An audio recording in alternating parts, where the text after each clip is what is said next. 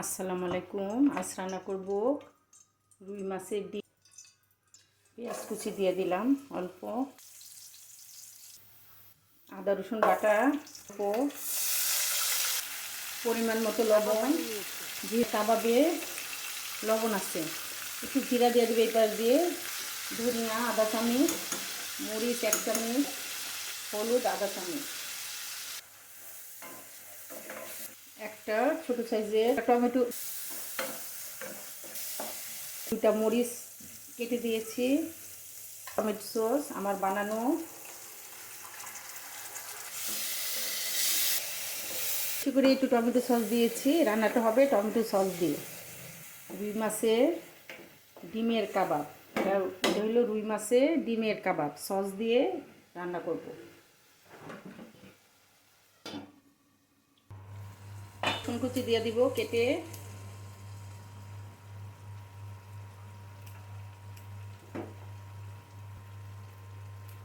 এগুলো দেশি রসুন। একটু লবণটা দেখব, দিব জন্য একটু লবণ দিয়ে দিব। মাছের ডিমের কাবাব আস্তে করে দিয়ে দিব।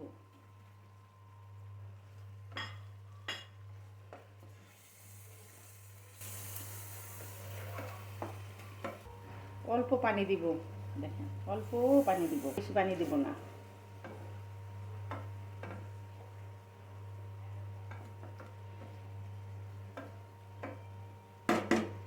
ঢেকে দিব, একটু নাড়া দিয়ে দিব। এখন একটু লবণটা চেক করব, লবণ ঠিক আছে। হাফ চামচ চিনি দিয়ে দিলাম, নাড়াতে দিব। আস্ত কাঁচামরিচ দিব 2টা, ভাজা জিরার গুঁড়া পাতা কুচি,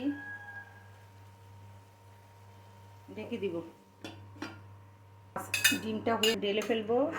দেখো কত সুন্দর হয়েছে ডিমটা, রান্নাটা কত লোভনীয় হয়েছে। এই রুই মাছের ডিমটা আমি হলুদ, মরিচ, ধনিয়া, একটু জিরা, একটু আদা দিয়ে ভালো করে চটকিয়ে এর ভিতরে যেরকম আমরা বড়া বানাই, পিঠা বানাই, ওইরকম করে চ্যাপটা চ্যাপটা করে ভেজে নিয়েছি। মাছ, কাতল মাছ, যে কোনো ডিম এভাবে রান্না করতে পারেন সস দিয়ে। করে অল্প একটু ধনেপাতা ছিটিয়ে দিব। কত লোভনীয় হয়েছে রান্নাটা, রুই মাছে ডিম দিয়ে সস।